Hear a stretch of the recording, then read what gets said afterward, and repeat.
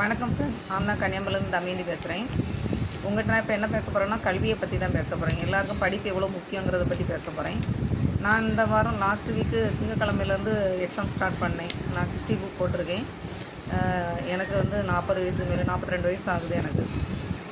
இப்போ தான் எனக்கு படிக்கிறதுக்கான ஒரு வாய்ப்பு வந்து அதுக்கான முயற்சி எடுத்து நான் அதை வந்து செயல்படுத்திகிட்டு இருக்கேன்.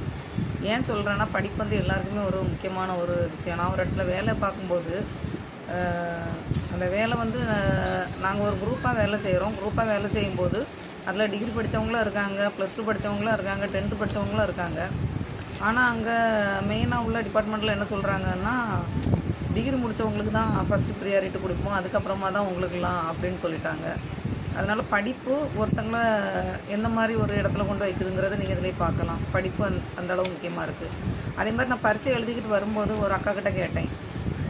என் கூட பரீட்சை எழுதுனா இன்னொரு சிஸ்டர்கிட்ட நான் கேட்டேன், நீங்கள் எதுக்காக சிஸ்டர் பரீட்சை எழுத வரீங்க அப்படின்ட்டு. அப்போ அவங்க எனக்கு சொன்னது, என் பிள்ளைங்களுக்காக நான் வந்து படிக்க வர்றேன், அவங்களுக்கு நான் சொல்லி தரணும் இல்லையா, அதனால் நான் படிக்கிறதுக்கு வரேன் அப்படின்னு சொன்னாங்க. வேறு எங்கேயா வேலைக்கு போகிறீங்களா அப்படின்னு கேட்கும்போது, இது வரைக்கும் வேலைக்கு போகணுன்னு சொல்லலை, அப்படி அதுக்காகவும் நான் படிக்கணும்னு இல்லை, ஆனால் அதுக்கும் நமக்கு ஒரு வாய்ப்பு இருக்கு இல்லையா. டிகிரி படிச்சிட்டோம்னா நம்ம எங்கே வேணாலும் தைரியமாக நான் இந்த டிகிரி படிச்சிருக்கேன் அப்படின்னு சொல்லிட்டு வேலைக்கு போகலாம் இல்லையா அப்படின்னு சொன்னாங்க. ஆனால் மெயின் ரீசன் வந்து அவங்க வந்து சொன்னது பிள்ளைங்களுக்காக தான். நாளைக்கு பிள்ளைங்க வந்து நம்ம வந்து டிகிரி படிக்கலைங்கிறதே அவங்க வந்து தாழ்வாக நினைக்கக்கூடாது இல்லையா. அதனால் அந்த ஒரு ரீசன்னாலையும் பிள்ளைங்களுக்கு சொல்லிக் கொடுக்குறதுக்காகவும் தான் அவங்க வந்து டிகிரி பண்ணுறேன்னு சொன்னாங்க. அதனால் இந்த படிப்புங்கிறது வந்து எல்லாருக்குமே ஒரு முக்கியமான ஒரு இதாக இருக்குது.